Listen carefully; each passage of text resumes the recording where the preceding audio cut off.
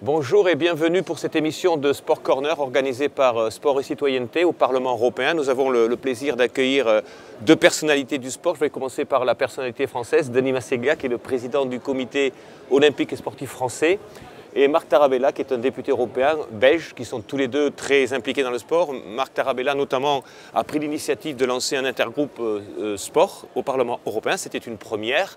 Monsieur le député, on sort d'une semaine européenne du sport du 7 au 13 septembre dernier. Vous avez appelé de vos voeux cette semaine. Est-ce que vous êtes satisfait des résultats de cette semaine européenne du sport? Satisfait qu'elle ait eu lieu. Maintenant, il faut essuyer les plâtres et voir ce qui a fonctionné, ce qui a peut-être moins bien fonctionné. Je crois que l'intérêt, il y a toujours une première. Et puis après, c'est d'améliorer les choses pour que cette semaine du sport percole vraiment jusque dans tous les rouages de la société, y compris dans les petits clubs de village, et que tous les citoyens se sentent concernés. Parce que tant qu'il n'y a que les institutions, c'est déjà bien d'en prendre conscience au sein des institutions, mais il faut que ça ait vraiment un impact, d'abord sur cette semaine, et que ça ait un impact dans toute la société, dans toutes les associations sportives qui le font au quotidien, avec une belle reconnaissance. Et puis après que, de là, à partir de là, le but, c'est qu'on se rende compte de plus en plus que le sport est quelque chose qui est vital et qui est important pour la santé, le maintien de la santé. Et la Commission européenne était dans son rôle d'initiateur de cette semaine? Oui, elle est dans son rôle d'initiateur et pour la première fois, il y a un commissaire qui est dévolu spécifiquement à la pratique du sport, ce qui est quand même encourageant. Et donc, je dis, il faudra essuyer les plâtres, faire un bilan des moyens mis en jeu en comparaison avec le résultat. Et de faisant en sorte qu'on améliore à chaque édition et que l'on s'appuie peut-être sur des expériences déjà existantes. Alors on va en parler. Donc la France n'a pas attendu le signe de Bruxelles et de la Commission européenne pour lancer sa semaine française du sport. Ouais. Depuis quand, Monsieur le Président?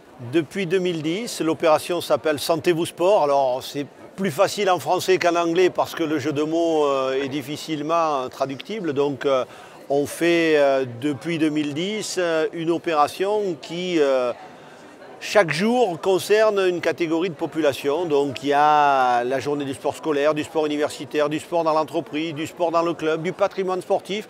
Peut-être l'an prochain, y aura-t-il une journée du sport au féminin. On avait envisagé aussi de faire une journée du sport pour le troisième âge, du sport dans les prisons. Tout ce qui permet de montrer les aspects sociétaux du sport. Et là, vous appuyez beaucoup sur les clubs, j'imagine? On s'appuie sur les clubs, on s'appuie sur, évidemment, puisque c'est le moment sportif qui la prend en charge, mais on s'appuie aussi sur des collectivités, sur des partenaires économiques. C'est un vrai enjeu. Et pour nous, c'est aussi la démonstration que le sport va au-delà de la pratique sportive compétitive et qu'il doit concerner l'ensemble des populations. C'est un vrai enjeu de société. Tout le monde le reconnaît. Je pense que la démarche de la Commission européenne va dans le sens d'en faire en plus un enjeu européen, parce qu'il est évidemment partagé. Demain, investir sur le sport et ne plus le considérer comme une charge, c'est aussi le challenge qu'on doit se fixer, parce que tout ce qui peut être investi dans la pratique sportive régulière et appropriée, pas tout le monde peut faire du sport de haut niveau, va payer. Le problème, c'est que ça ne paye pas toujours à court terme. Et donc, il faut accepter que les dividendes soient récoltés au bout de peut-être 15 années. Et donc, l'effet n'est pas immédiat. Il faut donc expliquer aux politiques que le fruit de leur action se récoltera plus tard. Et peut-être que c'est d'autres qui en retireront les dividendes. Nos sociétés, Président, Monsieur le député, nos sociétés donnent des signes inquiétants sur la pratique de l'activité physique.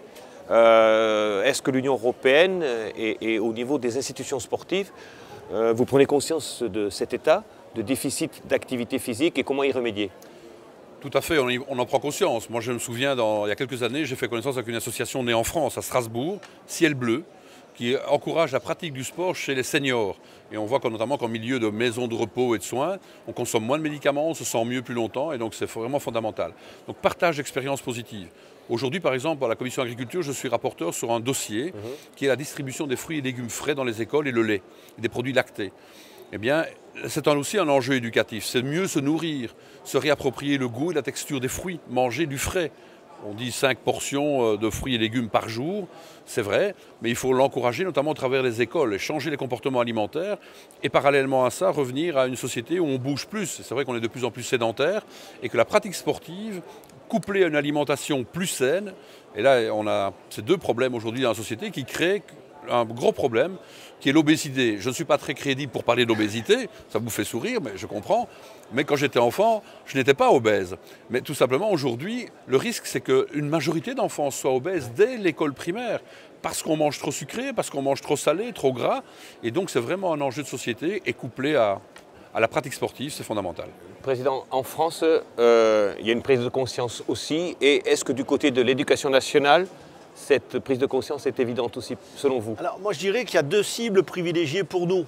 Même si on s'appelle Comité national olympique et sportif, on s'occupe effectivement de sport et de sport dans toutes ses composantes. Alors deux cibles privilégiées, les jeunes, et ils sont tous à l'école, oui, et ceux qui travaillent dans une entreprise, parce que c'est quand même pas très compliqué d'aller faire passer le message auprès des collaborateurs d'une entreprise. Donc pour l'école, c'est important que l'on puisse augmenter les passerelles entre le milieu éducatif et le milieu associatif sportif. Ça ne coûte pas cher. C'est important parce qu'un jeune sur deux actuellement en France ne fait pas de sport dans un club s'il est issu d'un milieu populaire et un jeune sur trois s'il est issu d'un milieu en général un peu plus aisé.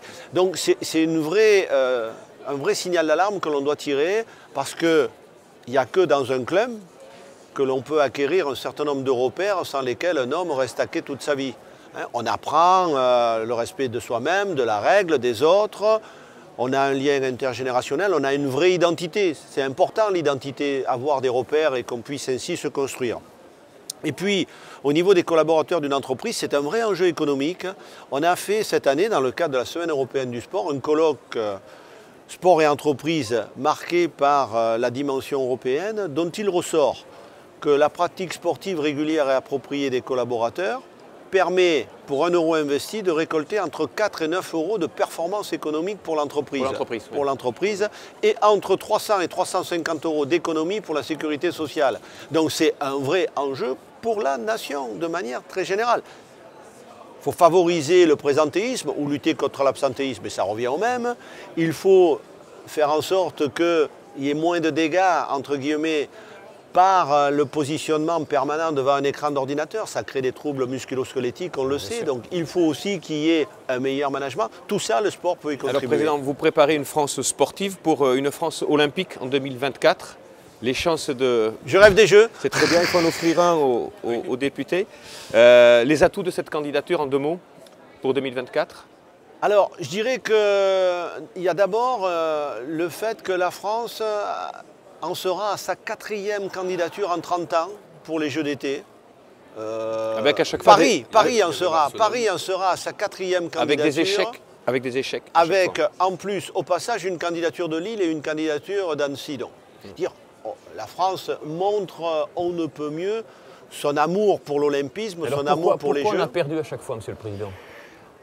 Alors, on a perdu parfois lourdement, on a perdu une fois pour 2012 de peu, mais on a perdu quand même avec 2 voix. Alors, ça serait compliqué d'analyser toutes les causes, mais c'est une accumulation de petites raisons qui ont fait qu'à la fin, on a perdu. Peut-être parce qu'on n'a pas su, entre guillemets, vendre notre produit. Peut-être aussi parce que le mouvement sportif n'a pas assumé son rôle de leadership jusqu'au bout et de manière totale. Là, on a un vrai challenge. Toutes les parties prenantes se sont accordées pour dire qu'il appartenait au mouvement sportif de conduire la candidature. Et nous avons donc un GIP, groupement d'intérêt public, avec une majorité mouvement sportif. C'est une grande première pour la France. Et donc, j'espère qu'on prouvera que c'était la bonne solution. Pour l'Union européenne, c'est important d'avoir une et même plusieurs candidatures européennes. Ce ne serait pas mieux d'en avoir une seule plutôt que d'en avoir dans plusieurs villes, Budapest, Rome, Hambourg, qui va peut-être renoncer? C'est compliqué d'en avoir qu'une seule au niveau européen, puisque plusieurs pays, parce qu'au-delà de la ville, c'est le pays qui organise, plusieurs pays sont évidemment capables d'organiser les Jeux Olympiques, ont déjà une infrastructure qui est de bonne qualité. Et donc, c'est vrai qu'il serait souhaitable d'avoir une ville européenne qui soit désignée. Pourquoi? Parce qu'après Tokyo 2020 et Rio 2016, ce serait pas mal que ce soit une ville européenne. Mon cœur peut balancer entre Rome et Paris, mais peut-être Paris, pas pour l'actualité récente tragique. évidemment pour ça aussi. Mais c'est surtout parce il y a quelques années, pour les Jeux Olympiques 2012, j'étais au Parlement européen et on votait en plénière lorsque la décision est tombée pour Londres. Et j'ai vu un collègue, Pierre Chapira, qui était adjoint au maire de Paris, et pleurer, vraiment pleurer. Et m'a expliqué les raisons. Et quand on voit ce que l'impact des Jeux Olympiques peut avoir, non seulement en termes économiques, mais en termes d'impact positif sportif, mais c'est aussi par après l'utilisation des infrastructures. Et je pense que dans la candidature, aujourd'hui, on a parlé des critères de candidature. C'est vrai que la réutilisation des infrastructures après les Jeux Olympiques, c'est quelque chose de fondamental. Athènes est un échec. Athènes n'a pas réutilisé une série de ses infrastructures, elles sont en train de pourrir dans un pays qui a de grands besoins, c'est choquant.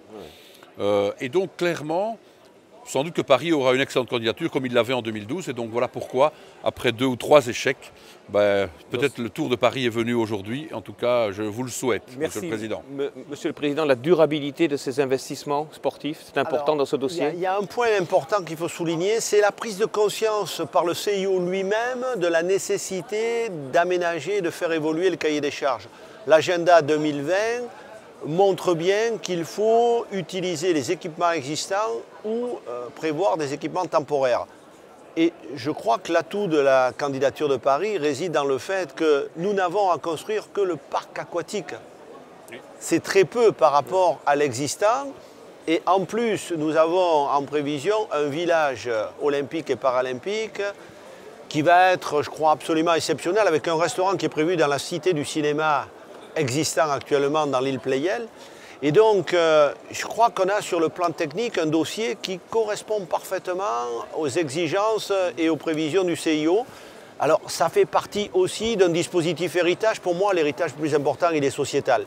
Les Jeux sont un formidable accélérateur pour faire en sorte que demain, le sport fasse partie d'un projet de société. J'espère qu'il sera au cœur des préoccupations des différents candidats à la présidentielle en 2017, parce que il y a une concomitance de dates, mais ça compte aussi. Vous avez évoqué les événements tragiques de Paris.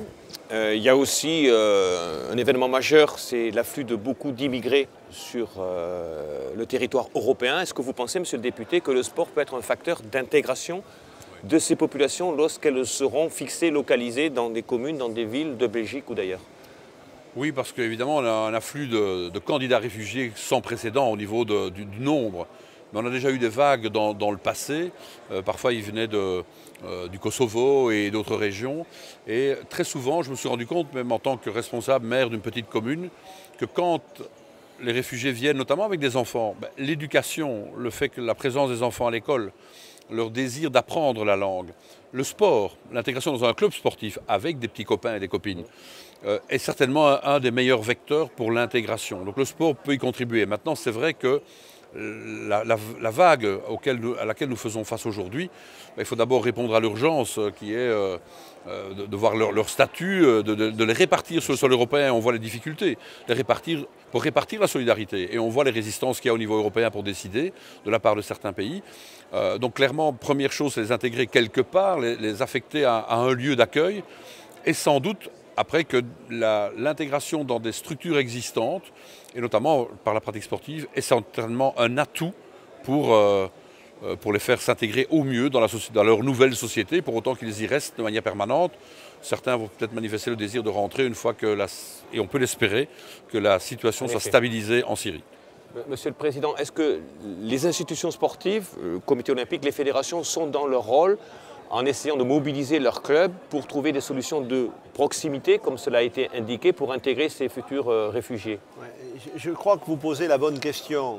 En fait, les structures sportives sont dans un rôle d'utilité sociale. C'est leur mission, elle est librement consentie, c'est du volontariat, il ne faut jamais l'oublier. Et il ne faut donc pas perdre de vue l'identité première d'un club. À travers la pratique sportive, y compris la pratique sportive compétitive, on construit l'identité d'une personne, d'un individu qui se nourrit aussi de son associativité et de finalement l'expérience que les anciens ont pu lui permettre d'acquérir aussi. Je prends un exemple très significatif, celui de la ville de Medellín. Tout le monde connaît Medellín pour une image liée au cartel de la drogue. Pas très positive, donc. Pas très positive. Sauf que, depuis 15 ans, la ville a pris le pari du triptyque éducation, culture, sport en investissant pratiquement 40% du budget dessus. et les incivilités ont reculé et tout le monde s'accorde à dire que dans Medellín, il fait désormais bien vivre. Et le vivre ensemble ne peut se concevoir qu'après une certaine période. Il a fallu 15 ans pour arriver là. Donc ne demandez pas non plus au moment sportif et au club de faire des miracles en accueillant des migrants. C'est possible, mais il ne faut pas penser que pour autant les structures sont adaptées, les données sont remplies pour que l'on puisse résoudre une problématique qui dépasse largement le cas du moment sportif. Dans un contexte indépendant de cette population de migrants, il faudrait déjà concevoir un progrès à l'échelle de l'intégration de toutes les populations existantes, ce qui n'est pas encore le cas.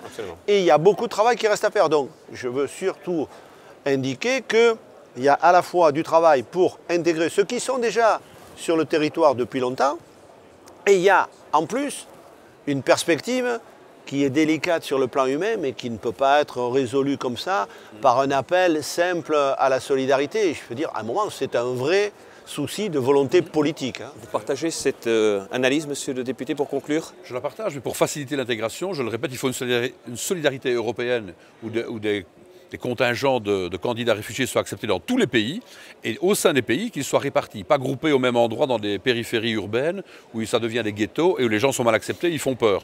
Il faut les répartir sur le territoire, y compris dans les zones rurales. Et au prorata du nombre de réfugiés, c'est 1 pour 1000 habitants aujourd'hui. En Europe, si on intègre les 400 000 dont on nous parle de ce chiffre, ça veut dire que dans un village peut atterrir une famille et à ce moment-là, pour autant qu'il y ait évidemment les enfants dont je parlais, dans les clubs, ça peut être aussi un jeune qui s'intègre, un jeune adulte qui s'intègre. L'intégration va par la répartition solidaire sur l'ensemble du territoire. Merci monsieur le député. Monsieur le président, merci de votre venue à Bruxelles. Et Sport et Citoyenneté vous donne rendez-vous prochainement pour une autre interview de ce style. Merci messieurs.